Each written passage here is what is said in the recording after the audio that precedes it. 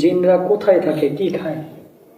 জি, এটা একটা খুবই অত্যন্ত গুরুত্বপূর্ণ একটা প্রশ্ন করেছেন। জিনদের সম্পর্কে অনেকে অস্বীকার করলে সে বেঈমান হয়ে যাবে, কারণ সূরা জিন কোরআনে রয়েছে এবং কোরআনের সর্বশেষ আয়াতের সর্বশেষের মধ্যে জিনের কথা আছে, মিনাল জিন্নাতি ওয়ান নাস, জিন জাতি এবং মানব জাতি। তো জিনেরা আমাদের আগে এই পৃথিবীতে ছিল, কিন্তু তারা অনেক খুনাখুনি, মারামারি, ফিতনা ফাসাদ করতো। এই জন্য এই পৃথিবীর মানবীয় আবাদের এরিয়া থেকে ওদেরকে ইলাল জুজুরি ওয়াল মানাবিতি সাজার, মানে সাগর এবং দ্বীপ এবং বন বনানীতে ওদেরকে বিতাড়িত করে দেওয়া হয়েছে, তোমরা ওইসব এলাকায় থাকো।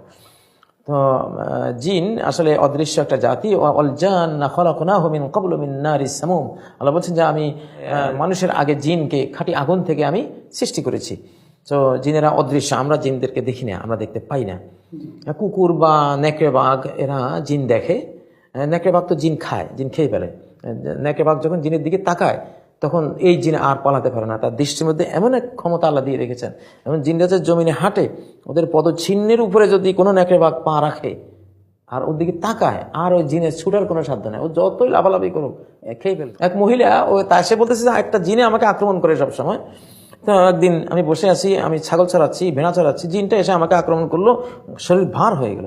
হঠাৎ একটা নেকড়ে বাঘ দেখলাম সে ধেয়ে আসতেছে, ধেয়ে এসে আমাকে আক্রমণ করলো না, সে অদৃশ্য আমার সাইডে একটা জিনিসকে সে তার নজরের মধ্যে নিয়ে এসে কিছুক্ষণ পরে দেখি যে ওখানে সে যাচ্ছে, দৌড়ে যাচ্ছে, গিয়ে ঘপ করে কি জানি একটা ধরলো, আমি কিছু দেখতেছি না, তারপর সে খাচ্ছে, খেয়ে ফেলতেছে। অনেকক্ষণ পরে সে খাওয়া শেষ, আমি গিয়ে দেখলাম যে হালকা রক্তের মতো কিছু পড়ে আছে ওখানে। তো এটা বাস্তব। তো জিন এরা আমাদের আগের সৃষ্টি, এরা হলো আপনার আগুন থেকে তৈরি, আল্লাহ তাআলা সৃষ্টি করেছেন, এদের বিশাল ক্ষমতা।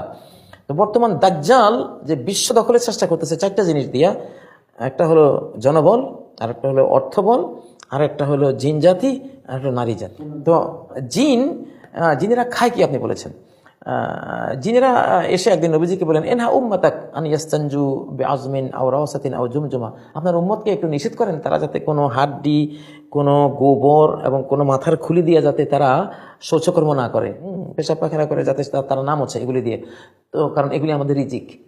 তো নবীজি দোয়া করেছেন যে জিনেরা যখন কোনো হাড্ডির কাজ দিয়ে যাবে, বাস লাকুম কুল্লু আজমিন যুকিরা ইসমুল্লাহি আলাইহি ইয়াকাউ ফি আইদিকুম আও ফারামা ইয়াকুনুল আহমান, তোমরা কোনো হাড্ডি যদি পাও, যে হাড্ডি কোনো মুসলিম খেয়েছে, খাওয়ার সময় বিসমিল্লাহ পড়েছে, ওই হাড্ডি কাজ দিয়ে তোমরা যাইতে ওইটা মাংসে ভরে যাবে, গোস্তে ভরে যাবে। তো ওরা ওই হাড্ডি, মাথার খুলি ইত্যাদি যেগুলি আমরা বিসমিল্লাহ পড়ে খেয়ে ফেলে দিয়েছি, এটা ভরাট গোস্ত অবস্থা তারা পায়, ওগুলি খায়। আর গোবরগুলি ওদের জানোয়াররা খায়।